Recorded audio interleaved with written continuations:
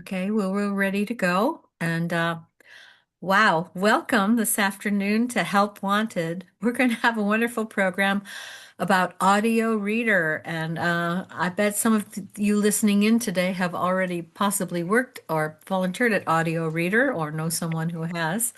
I had a fun time there reading the horoscopes once upon a time. I gave it a lot of drama. But it's so wonderful today to hear from Martha Kerr. We have to talk about the name. She is the person in charge of volunteering, and she has a volunteer with her as well to talk about what it's like to work and what it's like to volunteer at Audio Reader. We always start out our programs with a wonderful thank you to Capital Federal Bank that gives us a lovely grant to make the retroactive program roll on and on and on, and also to the Katzmans, whose trust also helps support us in our endeavors to keep everybody who's retired busy, active, and entertained and engaged, informed, and as cute as we are, because we are very cute. So, Martha, it's so nice to have you here today. Would you like to get the party started and tell us a little bit about Audio Reader? We've got a lot of people here today, and I want to know everything about it. All right. Well, thank you so much for having me. And I'll also introduce Mary Coranda here. She's one of our active volunteers. I think I saw at least one other person in the audience who's an active volunteer. So Susan, but it's nice to see everyone. And yeah, I have a little PowerPoint I'll present, and then I'll let Mary talk about the reading volunteer opportunities. But we have more than just reading, so we'll get into that too. So I'm going to go ahead and share my screen and start the presentation here. Okay. So skipping right ahead. So Audio Reader, I'm Martha. We are a nonprofit audio information service. So I'll tell you a little bit about what that means. Just a quick overview of what we'll chat about. I'll mention a little bit about me and then talk about the history of Audio Reader. And then I'll go into our 5 key service areas where we serve listeners in the community. And then each one has an attached volunteer opportunity with it. And then I have a couple of listener quotes that I love to share, and then we'll have time for questions at the end. But if you do have questions along the way, just put your virtual hand up and we'll go from there. Um, so I actually started as an audio reader volunteer in July of 2018. So I walked by the building, and if you don't know where we are, we're on the KU campus just up the hill from the Memorial Stadium that just went through its reconstruction. And it's 1120 West 11th Street. We're kind of tucked away behind what looks like a driveway, and it's because it was a personal house about 100 years ago. And then in the 20s or 30s, it was donated to KU Endowment. So anyhow, I was walking by, I heard of Audio Reader, and I came in and I did the audition. We'll talk about that. And then I started out doing a lot of grocery ads. I did reading Shopper Showcase and Shopping the Discount Stores, which are both grocery ad programs. I also read Missouri News Hour, and I did a special request soap opera digest. And I always loved soap operas when I was a kid, and I'm still hooked on General Hospital. So it was a good match for me. And then in late 2022, Lori Kessinger, who had been the outreach person for about 30 years, she retired from the position. And so I saw the staff position open up, and I started here in March of 2023 as a full-time staff member. So I had to give up my volunteering then because I was working here full-time. But my background, I have an English degree from KU. I also joined the Lions Club after starting at Audio Reader, and I'm personally a fiction author, so I love writing and reading. So, Audio Reader. In 1971, our founding volunteer, Petey Surf, which many of you are probably familiar with, she's the founding volunteer of several local organizations. She was a very philanthropic person, just a wonderful human being. And she's part of the part of founding the Ballard Center, Kansas Advocates for Better Care, visiting nurses. And I think she had something a little bit to do with Cottonwood as well. So wonderful local person. But the kind of the legend goes, she was leaving a nursing home with a newspaper. She had gone there to read to her friend who was a resident there and had lost her vision and was unable to read the paper herself. And as PD was leaving, she thought, I bet there's a lot of people in nursing homes and aging at home who would love to have someone read the paper for them. So she was like, how can I make this happen? And so she worked with Kansas Public Radio, KANU. She actually purchased a subcarrier. And so as of October 11th, 1971, she started broadcasting. It's just her reading the newspaper out of a trailer parked over by Old Father Studios. And I think she only read about 2 or 3 hours of content at a time. And then she slowly gathered more volunteers and they were able to expand the content. And then, like I said, this building, it was a frat house in the 50s and 60s, and then it was kind of abandoned for a while. And then in the late 80s, they renovated it for AudioReader. And then after that, they renovated it some more. So Kansas Public Radio is now the addition to this building. So we share this wonderful location. So we've been serving local people with visual impairments and other print disabilities for 54 years and counting. So that's Right. a little bit about the history. And as of right now, we have a pretty small staff. This is pretty much the group right here.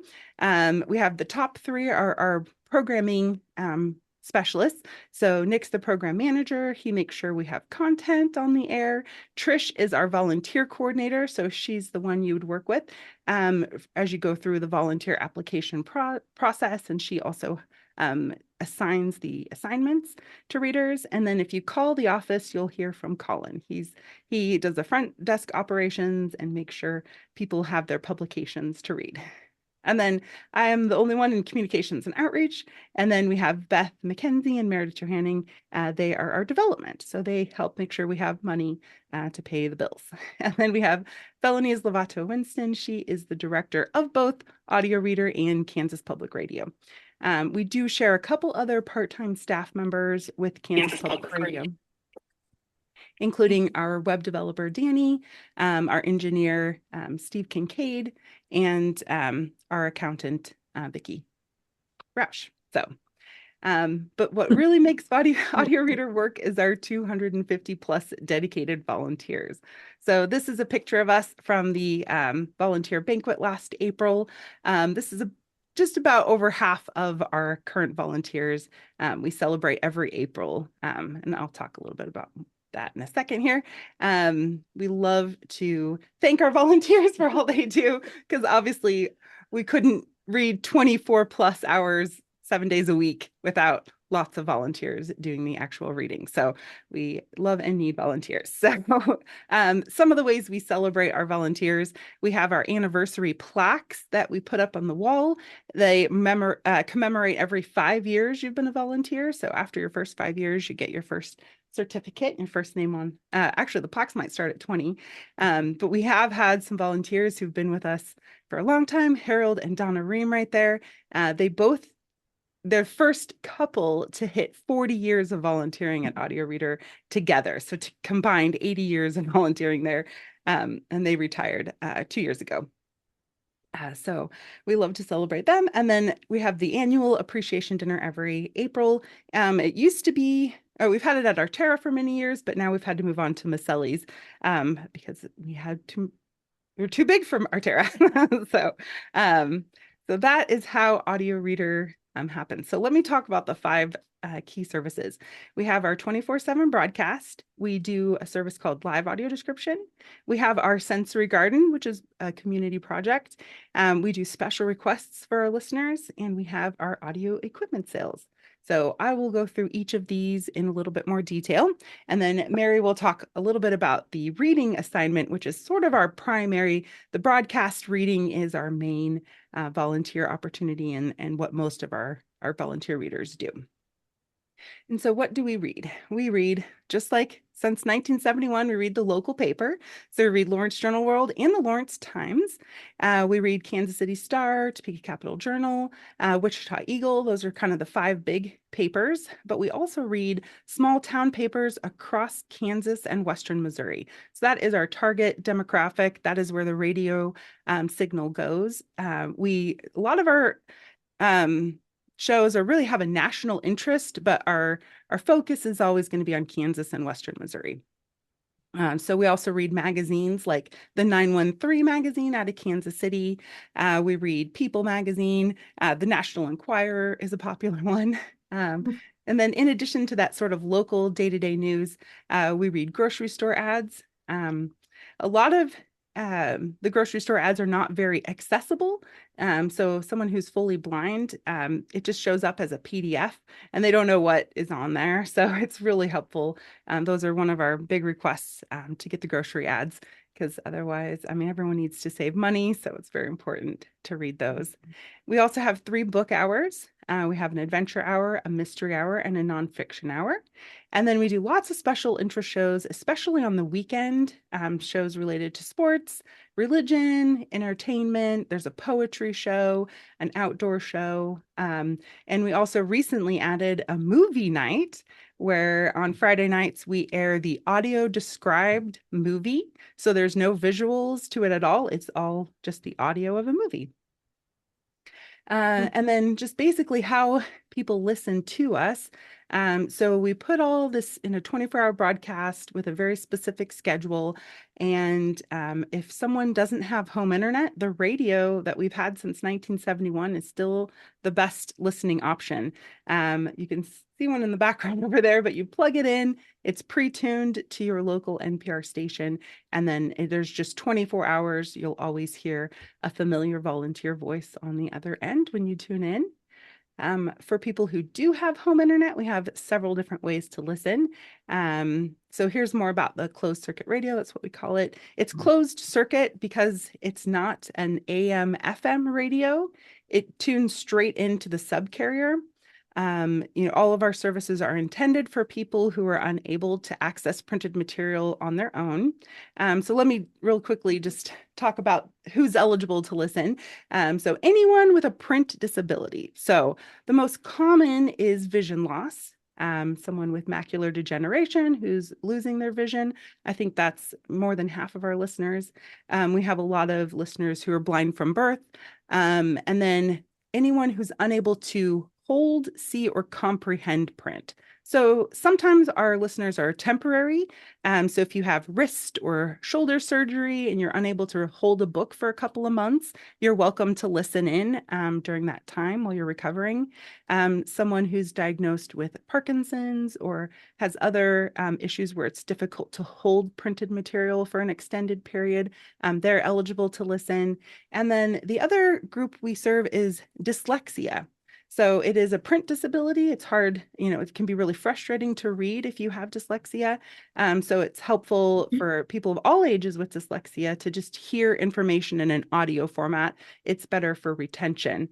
I guess I would also add traumatic brain injury is another qualifying reason. So anyone who struggles with print, if you read large print, you qualify to listen to AudioReader. And so the radio is a great low-tech way to just tune right in to our services.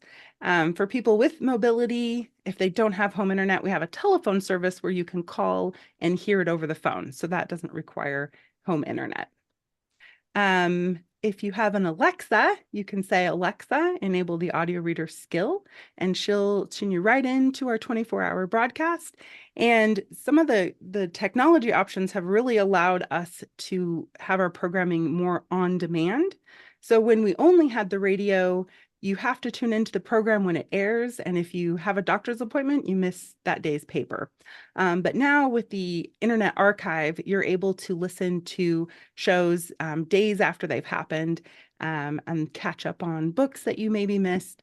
So it's really nice to offer our listeners that flexibility. And then if you go to our website, audioreader.net. It is our specifically listener site, so we try to keep it really clean of images, texts, and charts that trip up. I don't know if you know anyone who's fully blind and they use a computer, they use what's called a screen reader. And so the program will read the text on the page for you. So we try to make sure our website is really screen reader friendly for our fully blind listeners who are using screen readers. So that way they can find the live stream link without a whole bunch of what they call cookies and breadcrumbs and other sorts of things that get in the way of the screen reader. And then when you click on the name of any show, it'll take you to the archive where you can see the archive episodes. So you can catch yesterday's paper if you missed it. So to become an audio reader volunteer, you go through an application process where you do an audition. And Mary, I don't know if I'll let Mary's been a volunteer for about a year. She found us through Joanna, who works at KPR. And you want to tell us what got you interested and how the audition went for you? Or Yeah, I actually started here, like she said, through Joanna. The picture earlier of Colin, who answers the phone, he was going to be on a long leave, about 8 weeks or something, and so they decided to try to hire a temporary person. And so Joanna let me know about it because she thought I'm retired and I don't need a job, but maybe I could do that. I could answer the phone and direct people around. I'm good at that. So she suggested I look into it, and I came and interviewed. And after I was done with that opportunity, I continued to come in and watch the desk when they had staff meetings, for instance, so that Colin could attend the staff meeting without trying to do it this way on a Zoom call or trying to Zoom the meeting and answer the phone and all those things. So he got to really participate in that. So I come and do that once or twice a month, and they kept asking me if I'd thought about reading, and I said, yeah, that's okay. But they did talk when they had one of the orientations. I did come in and do the inter or do the what do you, audition. Mhm. And it was just a matter of they gave me some information to read, and then we talked about, slow, fast pronunciation. I chose to do it without, I wanted to see how it would go if I read it, just on the spot. And so I didn't do too badly. There was a few flub ups and stuff. You're super conscious of your own talking when you're on the radio. All of a sudden you can, hear yourself talking and you're like, oh gee, I just said that wrong or blah blah blah. But um yeah, so I started, and then I wanted to sub because I travel a lot. My kids are all over the country. I have two in California right now, and one in Chicago, and one here. So I didn't want to commit to a weekly assignment, but I do come in when so I just watch the schedule, and when they have subs, they need a sub, I come in. So I've read all the different papers, and I have done some. I can come in here and schedule a time in the studio and read in the studio, or I've also done some telephone readings so that you have to get up early or have your article, whatever your assignment is, read by 10 a.m. because the people that are waiting for it know that the new assignment or the new issue or whatever is ready by 10. So I get up and I plug in my headphones to my telephone, to my, iPhone, and then I read into that, and then they download it from there. So that's kind of nice because when you're doing an assignment here, you usually have like 57 minutes to cover the information. And sometimes that means you're done before the 57 minutes and then you got dead air space. So you've got a filler, or you're reading something. I was just reading Good Housekeeping magazine and I thought it would fill the hour. And it actually, I only got about half the magazine read.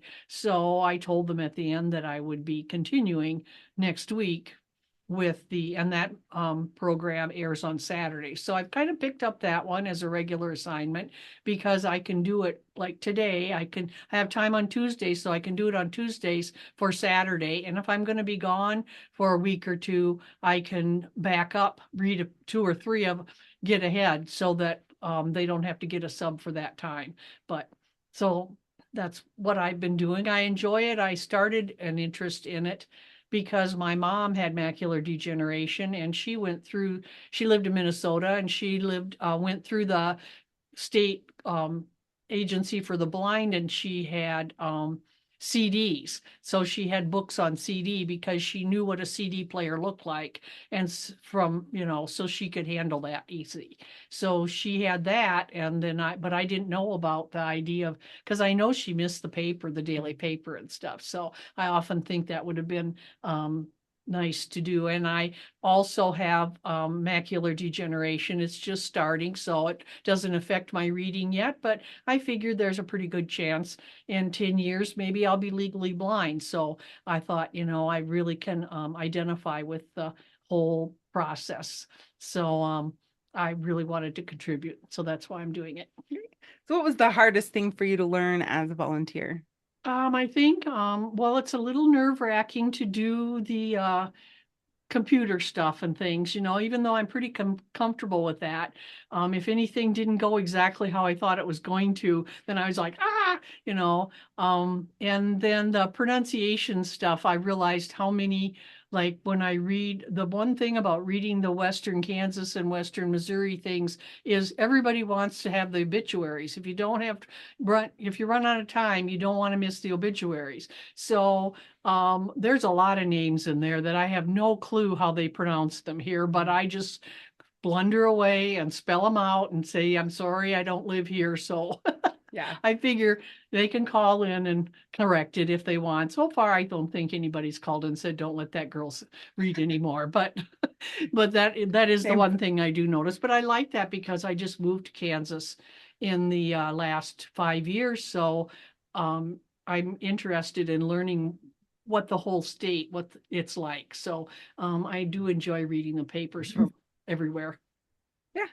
Yeah, names are very hard. And again, you don't know how that individual pronounces a name that might be common. So yeah, you just do your best. And yeah. So when you apply to be a volunteer, you go through our application, which is up on the screen, reader.ku.edu/volunteer-application.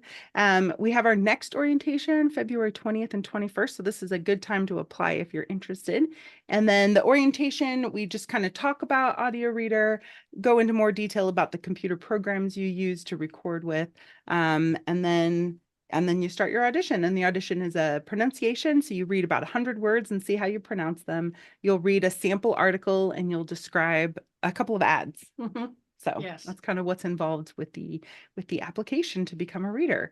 Yeah, and then like I said, you could be reading on a broadcast, you could be reading on telephone reader. We do lots of special requests that I'll talk about in a minute.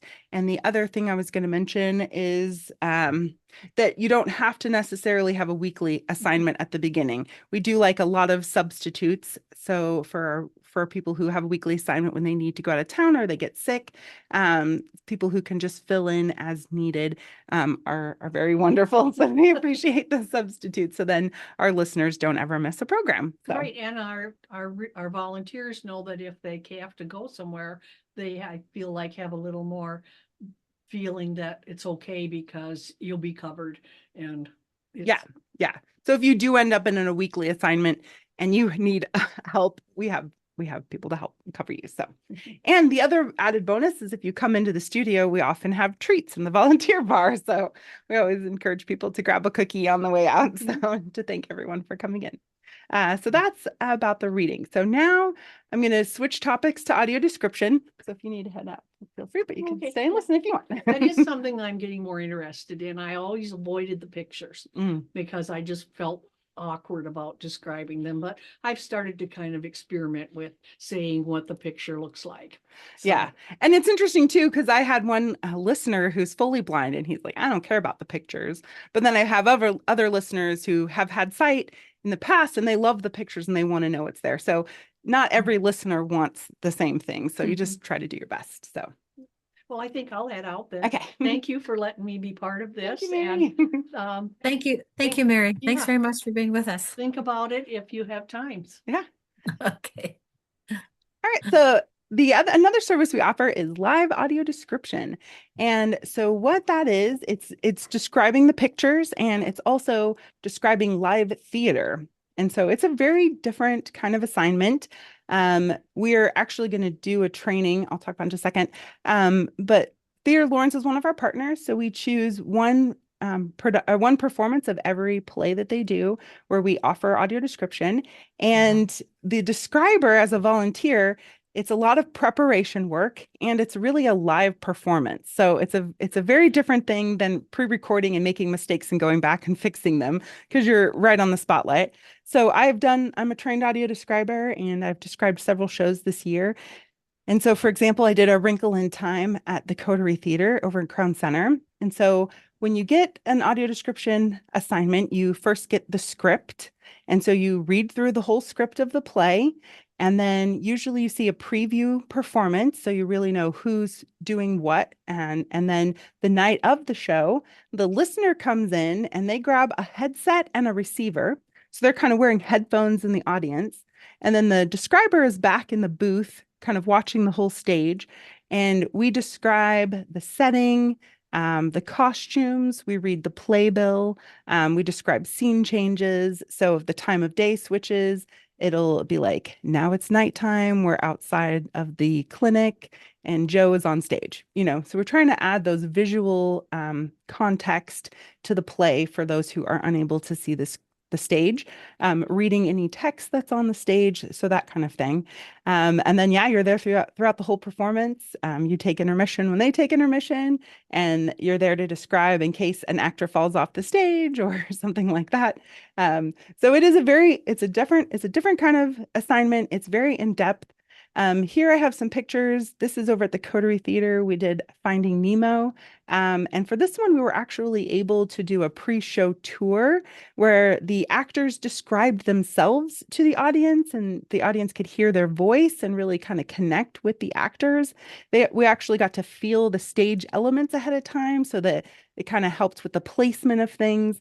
We had a couple listeners say they had never felt gossamer before, so it was kind of cool just to feel some of the fabrics and textures. So here's a few of our listeners at the event and some of the fabric samples that we offered. So we are doing a training March 12th and 13th.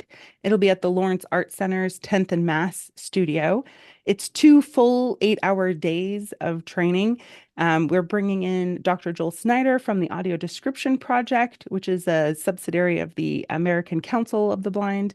And so it's official training to learn how to become an audio describer. And we're trying to help promote accessibility, not just at the theater, but these skills would come in handy for a museum tour, any sort of gallery tour. We've done things like Busker Fest and Free State Festival. Some of the hardest ones are describing silent films because there's no dialogue to wait for. You're just describing everything and reading the sort of slides that come through. So it's a very interesting thing, but if it excites you to hear about it, then you're probably a good potential audio describer. So that's a little bit about that. If you want to learn more, the website, it's through our reader.ku.edu website where you can learn about audio description training. If you're a gardener, we have our lovely sensory garden out here at AudioReader. This isn't the best time to check it out, but a few months from now, it'll be in bloom and it'll look like this picture here on the left where you see this brick pathway. You can see our building up in the background. And we try to pick plants and flowers and herbs that have a lot of tactile and sense and like olfactory so that you can touch and smell them. There's wind chimes and water features. So we really try to make it engaging for all of the senses. And that's why it kind of is the sensory garden. Oh, excuse me. We also have these bricks that people can purchase. I think it's $100 where you can put a memorial brick out there. So we've had people get them for themselves, for their family, just to celebrate the Jayhawks winning basketball, whatever it is. And so those are part of the brick path out there. And the volunteer opportunity that comes with that is, we need help keeping it green and lovely. So starting between March and October, we have weekly meetings where all the garden volunteers get together on Thursday for 2 hours and just weed and water, sweep, plant, prune, all those typical garden things. And we had a master gardener named Frank Mail who ran our garden for about 14 years. And then he retired two summers ago. So we are still looking for a master gardener. So if you know anyone who has time and loves gardening, someone who could help us, plan the replanting every year and all of that. But that is another volunteer opportunity here at AudioReader. So another way people know us is through our audio equipment sales. One of our ways we fundraise, I forgot to mention this earlier, all of our services are free of cost to anyone who listens. And one of the ways that we are able to keep things free of cost is by having fundraisers like the audio equipment sale. So people are very generous and donate records, turntables, speakers, tuners, all sorts of audio equipment. And then we partner with the Lawrence Library, who we love, twice a year to have these sales. So the next one is February 13th and 14th. We're trying this new thing where the Friday night before the main sale, you can pay to entry to come in, and then you get kind of like first dibs on some of the equipment. So we're having the evening of Friday, February 13th. We'll have from 6:30 to 8:30 will be the preview night with the $10 admission. But then on Saturday, it's free. Everyone can come between 10 and 4 p.m. to shop through the records and buy any equipment you want. But on the volunteer end, we're always looking for people who are willing to help transport the equipment from AudioReader and our storage site to the library and then back again on Sunday. And then we also need help pricing the records. And then on the day of the sale, just kind of crowd management and cashiering and things like that. So if any of that sounds interesting to you, let us know. And then we do lots of special requests. So in addition to that 24-hour broadcast of standard stuff that we know we're going to read every day, we do lots of special requests. Some of those are standing special requests and some of those are just one-offs. So for example, I have one right here, actually, The American Dream. This is a graphic novel that one of our listeners was asked to do a book report on, but he's fully blind, and the e-version of it didn't describe the pictures at all. So this was a perfect special request that was easy for a trained audio describer to go through, describe the pictures, read all of the text in there, and it ended up being about an hour and 40-minute recording of the book. So that was something that he needed quickly, so we were able to do that. We've done textbooks for KU students and non-KU students. We've helped people finish nursing degrees by reading things like pharmacology and pharmacology books and things like that. And we've read legal documents, out of print books. We had a listener who really loved these books from the 60s. One like Red Shoe for Nancy was one I can remember that has been out of print for a long time. So there never was an audio version. So we created that.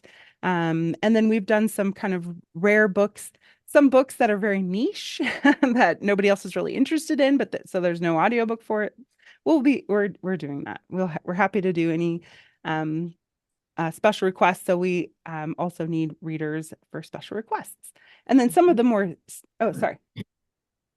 some of the standing special requests, we read VFW magazine every time it comes out. So it doesn't go into the main broadcast, but we put it up on our SoundCloud page. We also read the Douglas County Better Senior Living magazine or newsletter every month when it comes out. So you can find that through the Douglas County Senior Living website, or you can find it through us. And then, so this is an example of what the SoundCloud page looks like for the VFW. So each article has its own sort of track, and then you can just autoplay through the whole magazine. And yeah, so we also do things like the Lions Club newsletters and things like that. So before I run out of time, I'll talk a little bit about why we do what we do. So I have a couple of listener quotes here to share. So this one, I lost my eyesight suddenly. It was startling, it was shocking, the disconnect. This service helped me learn how to feel connected to the world again. And so I like this quote because it represents so many of our listeners. As you go through vision loss, it just changes your whole daily routine. You used to go grab your coffee and your paper and you sit and you read. But when you can't see the paper anymore, it just changes your world. It can be very isolating, and it's a lot to work through. And so just having some sense of normalcy, again, can really make a big difference. I've had a lot of listeners say that they were just really lost and they didn't know what to do with themselves and their time. There was a lot of boredom and isolation. And then once they kind of find it, they really start connecting with different volunteers and getting excited. Oh, I really want to hear Melinda's show on Friday night. They really feel like they know our volunteers, and it gives them something to do, but also that independence. You don't have to ask your caretaker or your kids or your neighbor to read things for you. You can find it on your own. And I think that really makes a big difference in feeling that independence and the confidence that you can reshape your life after vision loss. And then the other one, people, as technology gets better and AI voices sound more human, people will ask me, well, why are you still needed? And so I love this quote from our listener. I have a computer and I can read the newspaper there, but I get tired of hearing the synthesized speech. My number one choice will always be audio reader services. It's nice to be able to access the newspaper and hear a familiar voice. And so that's really what being an audio reader is all about. It's being that familiar voice on the other end, being the trusted voice of the news, trying not to editorialize, but really just read the newspaper, give people that access to what's happening in the community, including the obituaries, who won the spelling bee in Iola, some of that stuff that you'll never hear on CNN. As long as the local newspapers are alive, we will keep reading them to our listeners. So we love to support the local news, especially in the age of cuts to PBS and NPR and all of that. Like supporting local news is more important than ever. And then looking into the future, we've done a couple on location specials.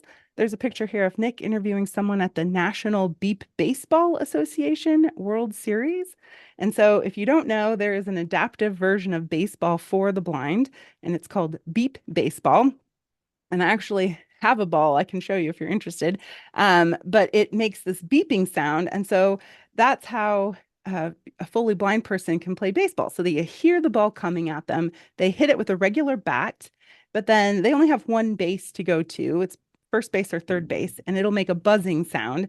And then if they run to the base and touch it before the outfield catches the ball, then they get a run. So it's very it's an incredibly competitive sport with lots of incredible athletes.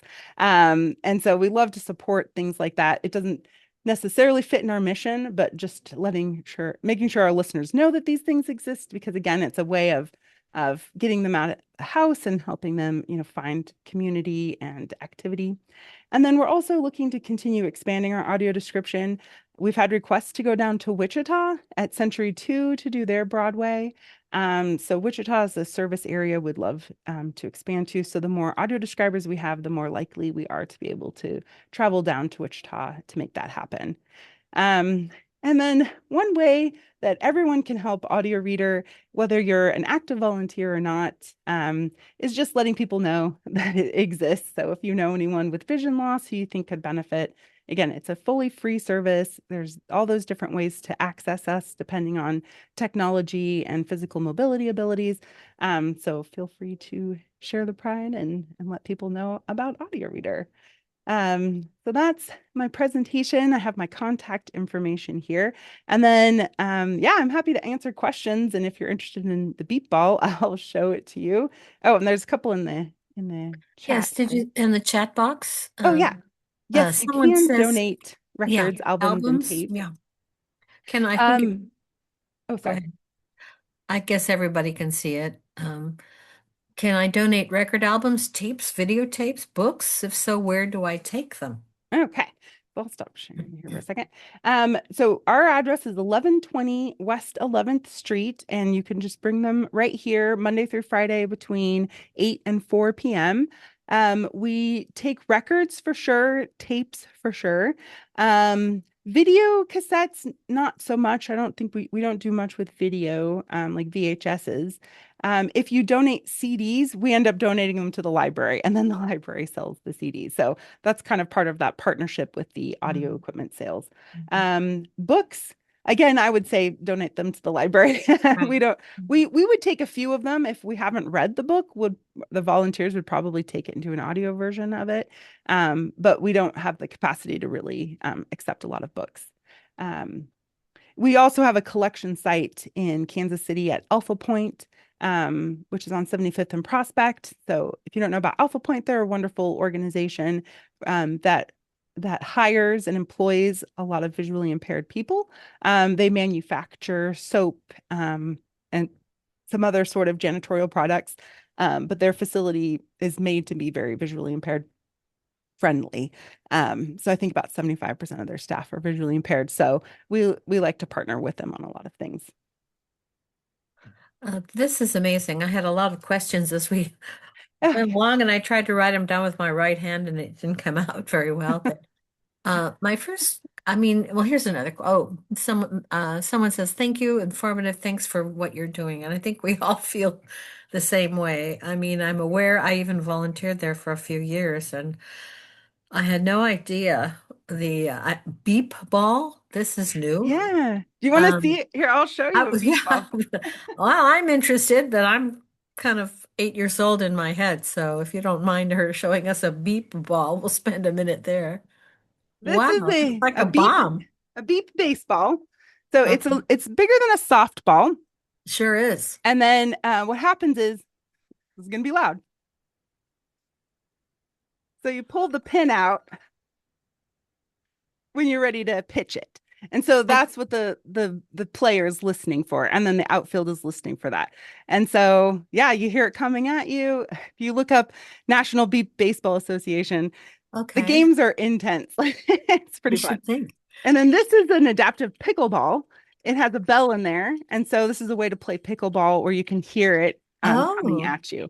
Although I think the pickleball would be better if it was more like the beep baseball, a because little the bell bigger. does change the way it bounces. So Uh-huh. I did play pickleball with one of our blind listeners, and it was an interesting experience. So it was hard to teach her when the ball doesn't quite bounce the way you want it to. That's the way it should go. Yeah.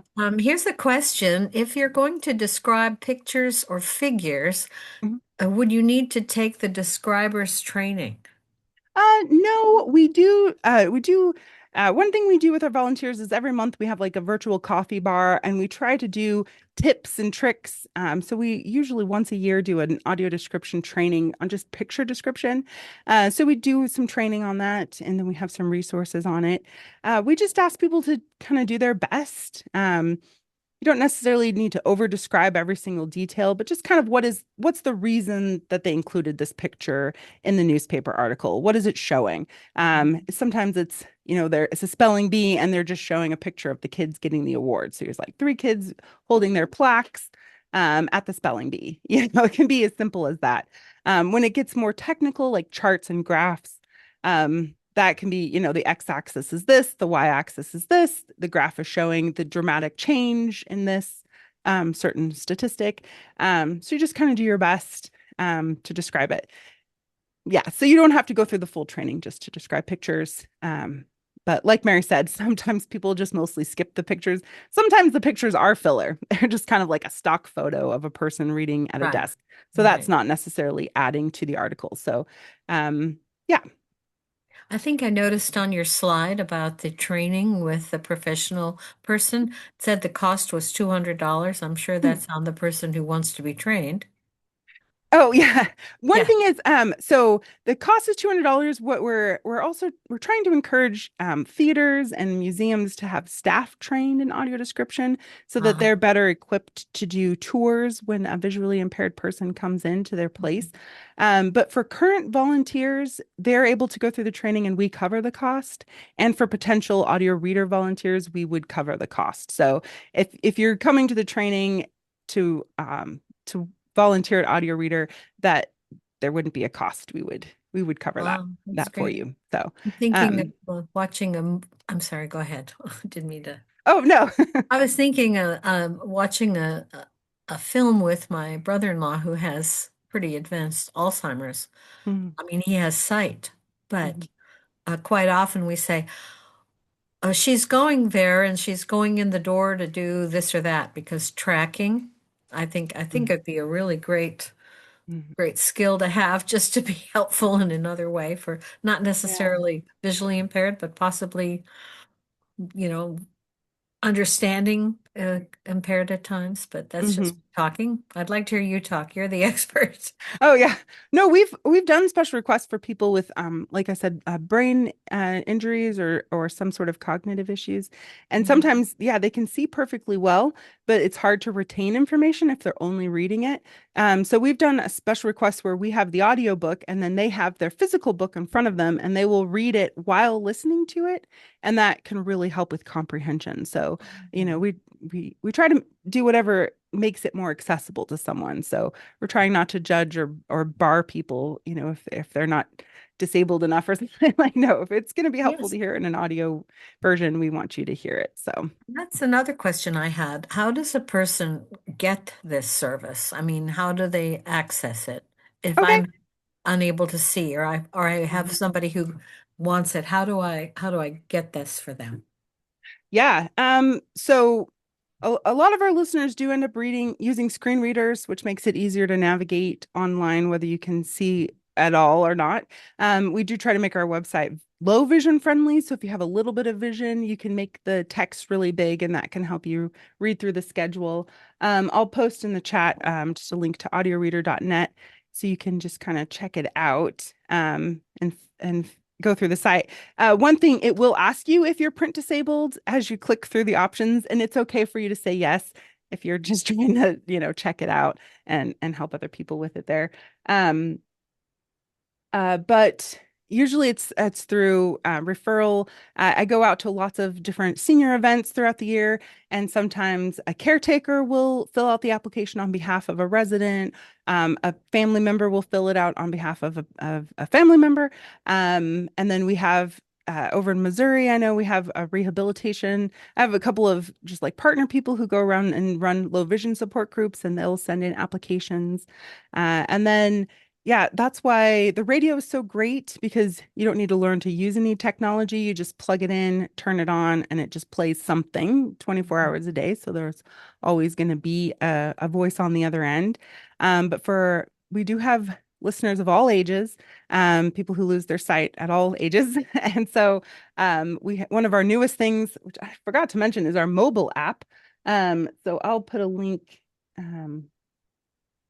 To that too. If you download our mobile app, I actually have a listener in Wichita. She can't see at all, but she had someone download the app for her and she knows where it is on her screen. So she can hold her screen, press the area to open the app, and then press the middle of the screen to hit play. And that's enough for her to listen live, to just download the app and hit play. So the Wow. problem is if anyone messes with the screen or moves the app, she has a hard time and needs a sighted person to help figure it back out again. But the mobile app is really wonderful, and I can actually show you real quick since we have a couple. So mm, Okay. it looks like the blue background with our little white shield, Uh-huh. and then so it looks. Oh, well, I already opened it. Okay. And then when you're inside, it just has play the live stream. It's this big box, and then you just hit play. And so this is what's on Audio Reader right now. They're reading Kansas City newspapers. Okay. I don't know why I paused. Now, broadcasting 24 hours, some things are recorded, I'm Yeah. sure. Actually, almost everything is pre-recorded except for Breakfast Table Times. That is our show that airs from 9 a.m. to 10:30 Monday through Friday. We actually have two volunteers who come in live. One of them has the Kansas City Star, and one of them has the Topeka Capital Journal. And they go back and forth reading front page articles and obituaries. They'll read the sports and the weather. And so that is our one live show. But otherwise, everything is pre-recorded either at the studio or home recording. So one of the sort of things that happened, I was a volunteer during 2020 when, Oh, the world fell apart. And yeah. I remember getting that call from the volunteer coordinator saying, "Hey, our studios are closed. Campus is closed. You can't come here." So they mailed us these microphones, full microphone podcasting kits. And Oh, so everyone just plugged it into their home computer and learned how to use Audacity. Um, and so I think we only lost about 2 days during the pandemic and just sending people microphones where we had wonderful. no content. So, and then we were just right back on track. So I actually really liked it because I was a Sunday morning volunteer because I worked full time. So that's when I was able to come in. And so it was really nice. I could volunteer in my pajamas and just send the file over through Dropbox. And so that's a lot of our volunteers never came back after the pandemic. They're like, I'm just going to do this from home. It's super great. We actually picked up some volunteers outside of Lawrence and Kansas City. We have a volunteer in Virginia who found us during COVID because she was Wow. really bored and her local service didn't have the option for remote volunteering. And so she does our African American hour, Rosemary Gladstar, and Wow. she just submits it from Virginia. And it's really wonderful and the show is very popular. So we try to make it a great volunteering opportunity for the people who want to volunteer. Um, a lot of people like to come to the studio, and so we're happy to welcome them here. You come in, you sign in, and then you just use our computers. So we have a couple volunteers who say it's their happy place. They love being in the studio reading books. Mhm. So yeah, so we're happy to meet volunteers where they're at and listeners where they're at, technology wise, and all. Yeah, and it sounds like when I was there, I came to the studio, and it is nice. They always have coffee. Coffee and lots of treats. Coffee and Too much yummy. sugar. And one woman was very famous for her cookies at the time. Hmm. But the but I never did learn to record from home. But a person could record from home. Hmm. You don't Yeah. really have to physically go to the studio to do Nope. so. We send out these microphone kits. We get a nice set of earphones and yeah, you record from home. Yeah. So one thing that is at first it can be really weird to hear your own voice. And so you like listen to your recording and be like, oh, I sound like that, and it is awful. But after some time you get used to it and yeah. So I loved reading Soap Opera Digest because it's just always fun and the plots are always so crazy. The grocery ads are boring. They're not very fun to read. And Oh, yeah. sometimes they're repetitive. Like Dollar General, I read Dollar General for about 2.5 years, and it's a pretty similar ad every week. And so it can be monotonous, but it's usually only a couple minutes, 25 to 28-minute long instead of the full hour. And I know people need it. So Yeah. it kind of gets Yeah. you through the boringness sometimes. It's like, okay, I know someone out there is waiting for this. It's going to help them save money. And so it's worth half an hour of my time to, read the ad for them. So and in fact, I remember after a year of reading grocery ads, I went to the volunteer banquet and we try to play listener quotes and have our listeners call in. And at least three listeners say, I really appreciate the grocery ads. And it just made me so happy. And I was like, okay, that gives me the motivation to keep reading the Dylan's ad. It's kind of boring. Well, I know. I think I remember when I was reading it, it goes from green beans, three for a Hmm. dollar, Hmm. bananas, 29 cents a pound. Yeah, It's kind of exactly. it's Up to pretty 16 random. ounces. Yeah. It's pretty random. Yeah. And that, yes, and I remember the banquets. They were very lovely and I Hmm. felt very appreciated. Does anybody have any questions? Please ask them. I mean, I've got to just say, this is a you get a lot of bang for your buck on this. I mean, first of all, you don't have to go anywhere, which I think is good. You can do it from home. You're helping people that really need help in a very profound way. And if you love to read, as I think everybody who signed up for this today does. Yeah. It's quite a blessing to be able to read. And does anybody else have any questions? Anything that Oh, I don't there's a want to have? hand up from Kay Okay. Hetty. I think I see somebody, Shelley was clapping. Any other? Here's one. Good Oh, job thank you. from someone. Yeah, it seems really daunting. You do so much now in so many different ways. And the tech isn't too challenging for some of us who remember a rotary phone. Yeah. Yeah, one of our one of our volunteers, Darcy, who is just leaving, she's hit 45 years. She's one Wow. of, I think, about 6 people who've ever hit that milestone. But she says she remembers the reel to reel, and then it went through cassette, and then it was CD, and now it's just all digital. So, Right. Right. yeah. And since so much is going on, could you just maybe give us a idea, what is the average assignment in terms Hmm, of time, if there is such a okay. thing? Maybe Yeah. people would So like to know. Missouri NewsHour is a good example because it's a multi-paper read. And so what that means is basically the newspapers are shrinking. I think you all know that. There's less and less local content in the papers. So the Missouri NewsHour covers Springfield, Sedalia, St. Joseph, and usually Warrensburg. And so you go through and you read the front pages of all those papers and the obituaries. And so the final program is 57 about 57 minutes. So just under an hour because there's kind of like filler between shows. So it's not quite full 60 minutes. But I would say the assignment itself takes twice that. So it takes about 2 hours to read the assignment because you have to kind of preview the paper, make sure sometimes the articles, especially around election season, are very long. There's like whole candidate profiles for 18 school board candidates. And so it's like multiple huge full newspaper pages. And so you can't really fill that in 15 minutes. So sometimes you have to decide if you're going to clip it or cut it. So you can just highlight. So sometimes I would, instead of reading every single question they asked every candidate, I would just pick the first and the last question, you know. So sometimes you kind of have to look through the content. I've had times where I was rushing and I would just start reading an article having not read it before.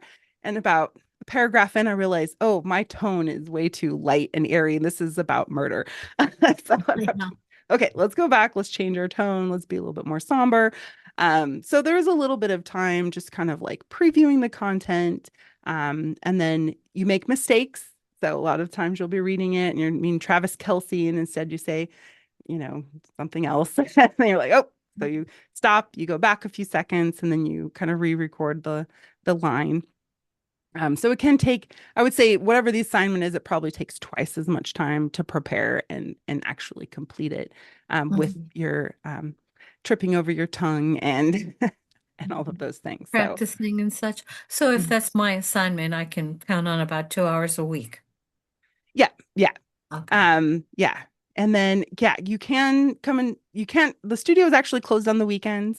We used to have weekend availability, but now we're just open from 8 a.m. to 4 about 5 p.m. every day, Monday through Friday. So if you for the weekend assignments, we would have you do remote reading and send home a microphone to do that. Okay. Um, some of our weekend shows, though, you can pre-record.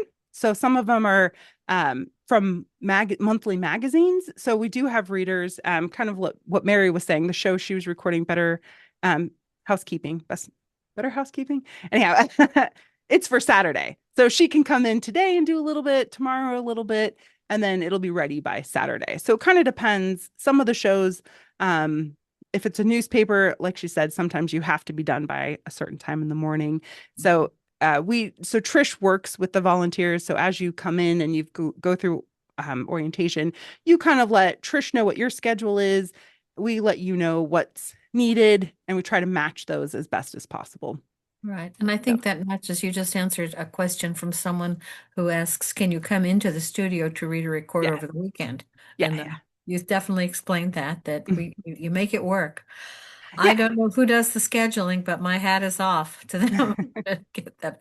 Here's one last question. Oh, Do you do one day of training or both days? So that orientation, there are options. So you can either do the Friday or the Saturday, depending on your schedule. So it's the same orientation 2 days in a row. So we just try to, uh, I think Trish does orientation about twice a year. So we kind of let everyone who's applied come in at once to do the orientation. And then that way she can tell everyone all the information at once. And then she works with everyone individually to do the audition part of it. So you can either come in here to do the audition or you can do it from home. So again, Wow. she'll work with you on making that work.